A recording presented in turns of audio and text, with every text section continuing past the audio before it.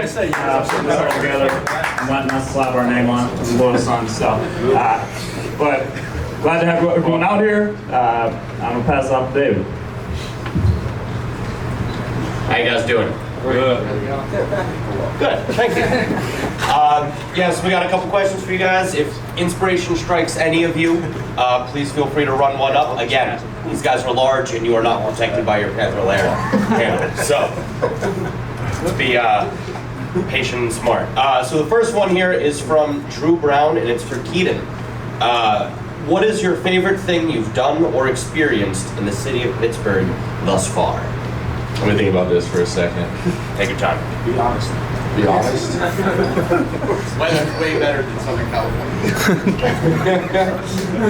So I'll say that, yeah, scraping the snow off my car in December. That was fun. No, honestly, just enjoying the summer. I'm from Arizona, so like, just being outside. Like usually the summer to me is kind of like the winter here. So like being able to go outside, play golf, and not worry about like being in 120-degree heat. That's like my favorite thing. That's not something specific, but just being able to be active in the summer. That's pretty much it. Awkward handoff there. Actually, I was talking to, this isn't a question, but I was talking to someone. I heard Penn State's doing a similar outing. We're doing golfing with the ACC champs, and they've got golfing with the attendance trophy winners. So, this is for any of you guys. I'm, maybe leaning towards the trap walker for this one, but what's your favorite road game venue? Personally, I'll probably say, in my time there, I'll probably say Virginia Tech. That was the one that I really liked a lot because, playing in that game, it was killing them. You look in the stands and they got quiet really quick. And being able to plant that flag after the game was definitely probably one. And then Tennessee too. That one was a big one. Playing that, they heard the Trout Walker send this all through the locker room. So that was definitely a big game. So yeah, Tennessee and Virginia Tech are my two favorites. Yeah, I'd say Virginia Tech too. Like Penn State was cool, but Tennessee was cool too. But like Virginia Tech is not as big as those places, but louder. So it's cool to see. And then, like John said, like by the second half, like there's no one there. Love walking the traps, taking over traps. Camp is starting soon, right? Is it tomorrow? First day? So, question from Roman. This is for everybody. What is the toughest part about a Pat Narduzzi training camp? I think so. We got knee braces for these linemen, man. So we can't really run. So man, I be just messing it all up for us. So basically, knee braces. So we don't really get to get mobile. Like they be cooking us sometimes. I'll probably say, for some reason, Narduzzi has turned into an offensive coach now. He's been a defensive guy, but these guys get majority of the love on practice days. So when we make a big play, and he's not satisfied, he starts all over. Okay, everybody run it back. Offense get to go again. So the defense gets cooked the whole practice. These guys runs and stuff like that.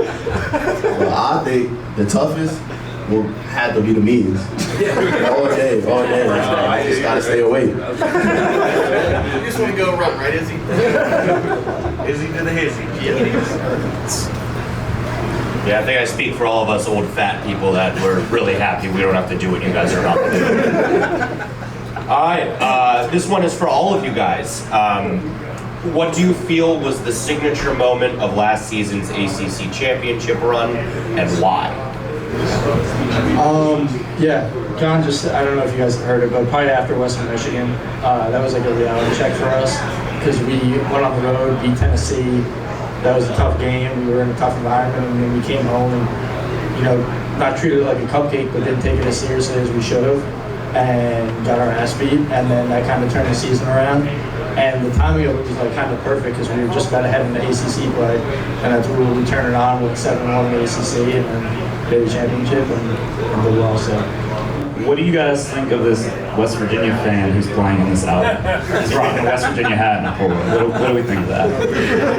Yeah, I saw that when I walked in. Like Gavin Thompson over there was like, "Yeah, there's a guy. There's a guy behind. Yeah, there's a guy behind us like wearing a West Virginia thing." And I'm like, "What the hell is he talking about?" I turned around and I'm like, "Holy crap!" Whatever. As long as you're paying for it. September 1st. In the words of JT Daniels, Mountaineers, let's ride. Izzy, you already said September 1st. So some of you guys, none of you guys have played West Virginia. A lot of you guys aren't from the Western PA area. So what are the coaches doing? What's the program doing to kind of, I know you guys don't need extra motivation, but like kind of show you guys the importance of this rivalry to this region? Just thinking from the line room, Coach P was here for the 13-9 win, so he's kind of like been trying to like put us in like the mindset of saying like, listen, like they hate you guys, like it's outside of this is their championship game. Like if they won this game and lost the other game, they'll be happy with the season. Like he's been telling us stories. Like I remember one time he told me that he said they were driving in for the game, the 13-9 game. He said that he personally saw a dad tell his son to throw a beer at the bus, and they broke one of the windows. He said he was sitting next to LaShawn McCoy when it happened. And he said LaShawn McCoy was like shook for the rest, like going into the game, and because he was like, this is like a real thing. Like they really hate y'all, so like be prepared when they come on Heinz Field. Like they're gonna try to say anything they want to say to get you rattled. So that's he would try to at least tell us like stuff like that to get us in the mindset. And every time we do workouts, whenever we like mess up, every time we get our ass kicked, they play the West Virginia song. So they're kind of building hatred and putting some inception in our heads where we now like all hate West Virginia. I'm glad that everybody is slowly hating West Virginia as much as Bill they do. Stahl had batteries thrown at him, so we got Batteries went down there. I was quarterback back then. They literally would sneak batteries in. We were told to keep our helmets on the sideline. Had batteries on. They did not throw batteries on stage. Batteries. It's serious. Well, they go to the North Road this year, so yeah. All right, this is a question for anybody. What player, teammate, or coach has the biggest impact on your playing career? Probably Coach Arduzzi. I committed to him, and I've been with him for 5 years, and he's been a great coach, and he's taken care of all of us pretty well, and he's been good to all of us. So I would probably say him. I know I've been here super long, but I'd say Coach Deuce too. I went through I've been at another school, I went through the transfer portal, the whole process, and it's really hard to find like a real person at that head coaching job. I think like a lot of times they get caught in the political mess, or they kind of sound like a car salesman, and like Deuce is real. So like I think that's something that people can't really take away from him, or like it or not, like that's genuine, that's a real person. Like most, if not all, college football programs, they don't have them. So I really appreciate that coming from somewhere else. I'll probably say Coach Parks, and I'll probably also Coach Powell. Coming out of high school, they were only like one of the only coaches that really told me like when I got there was like, you're not gonna start when you get here, so like you're gonna have to work for it. And that was something that I looked for when I was coming out of high school. I didn't want to go somewhere where I could just be the guy and start. I wanted to work, and put on the work to get to the point I'm at now. So I'll probably say Coach Parks and Coach Powell. Yeah, it was definitely the coaches, but at the same time, it was definitely my teammates, especially the running backs. They show love on and off the field, and it just helped me play. I would say Coach Stack, the head strength coach, because he came in when I was a freshman, and me and Coach Deuce I think I kind of helped. I was on FaceTime with him when he was at the interview, so I think Coach Stack, because we built that bond. Dayon also had dudes stopping by the Wendy's drive-thru a couple times. Who is your favorite former Pitt player? Could be from an older age, could be from growing up. Could be a guy that was there when you guys started out your careers. Go ahead. I would probably say Kenny. Just my relationship with Kenny. Kenny's one of my best friends, and having a chance to play with him, be with him, hang out, and seeing him do well. And I was just talking to him before. He's saying he's still working with the threes, which is BS, but no, he's enjoying it, and I'm happy for him. So probably Kenny.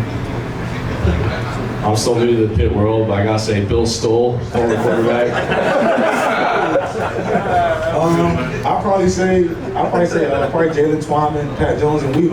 Those guys, seeing those guys every day work, it definitely put me in a position to say I can get to that level.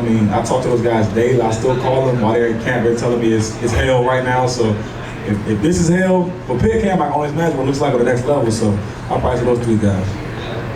I would say LaShawn McCoy and Jordan Addison for sure. I would say AD. I've been working out with him since high school. I've been through his program and stuff, so he's been a mentor for me. So I would say Aaron Donald. So some of you guys know some of the historic Pitt players. Dayon, you're the only one from Western PA in this group. I kind of want to just pose this to all five of you, but what was your perceptions of Pitt growing up, like Pitt football? And if it's you never paid attention to them, that's a fine answer too. But just curious, like when you guys were growing up, was Pitt on your radar as you were a football fan? So I'm from New Jersey, so to be honest, like I never watched college football. Like I didn't really have a team in my area that was good. I was more of an NFL fan.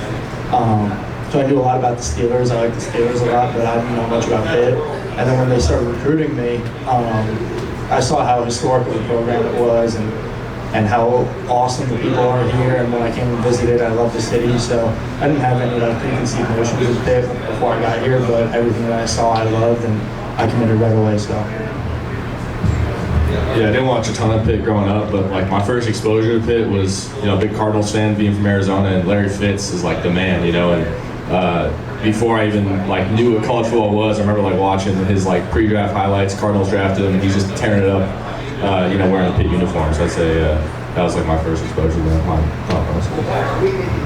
I'll probably say it probably was Aaron Donald for me. Like at 2013, going to that draft, like he was one of the top players. And like I had been training with his pass trainer Chuck Smith, and like he had talked to him all the time. He was like, that's the guy. Like if that's who you want to pursue, like that's the guy you need to model your game out there. And that's the guy I watched. So once I found he was from Pitt, like I actually like kind of put it on my radar. Okay, if he can go there and win all those trophies, that's probably somewhere I wanted to probably play when I get older. I didn't really know about Pitt until they started recruiting my older brother out of high school, and then that's when I started getting into it. I really wasn't a big Pitt watcher back in the day, but I think once I started being offers, I'm like, why not stay here and create a powerhouse? Like Ohio State, me, Dorian, Elliott, the Cavs, make something shake here, so why not? Got a lot of football-related questions. We're going to wrap it up with a golf one here. So we're going to go down the line. You're going to rate your golf game 1 to 10, and then give your expectations for the round. I play a lot. My dad got me out when I was young, so I've been playing for like 12, 13 years. So I don't know. We'll see how I hit it today. But I used to play a lot growing up. I have not played. I played like one round in the past 2 years. I actually played pretty good. So that set the expectation way too high. So don't listen to Gavin Bartholomew. I'm not that good. I'm probably like a 3 out of 10 today. Man, I couldn't even tell you. I ain't played golf since like elementary school. So it's been a long time. I'm just hoping if I hit the drive, I probably can find the ball. So if you're in my foursome, please help me. I don't have the best eyesight, so when you see it, point it out. But I give it a 3 out of 10 as well. I'll say a 1.5. 1.5, but I can put though. I'm gonna be honest, a 0, but I'm gonna try my best. That's all it is. So thank you guys for your honest answers. Loved it. Thank you all for being here. Thank you, Greg, for putting this on. I won't individually thank all 28 sponsors of this, but this is really great. College football's changing. If you took a shot every time you heard that phrase, you'd be face down in the Mon by dinner time. But college football's changing, and it's becoming more important that we put on events for these guys like this. We were talking at the table. They want about 5 more of these this year. So, Panther Nation, if you got friends with a little bit of money that love Pitt football, get them involved with the program. Get these guys what they deserve. These are the ACC champs.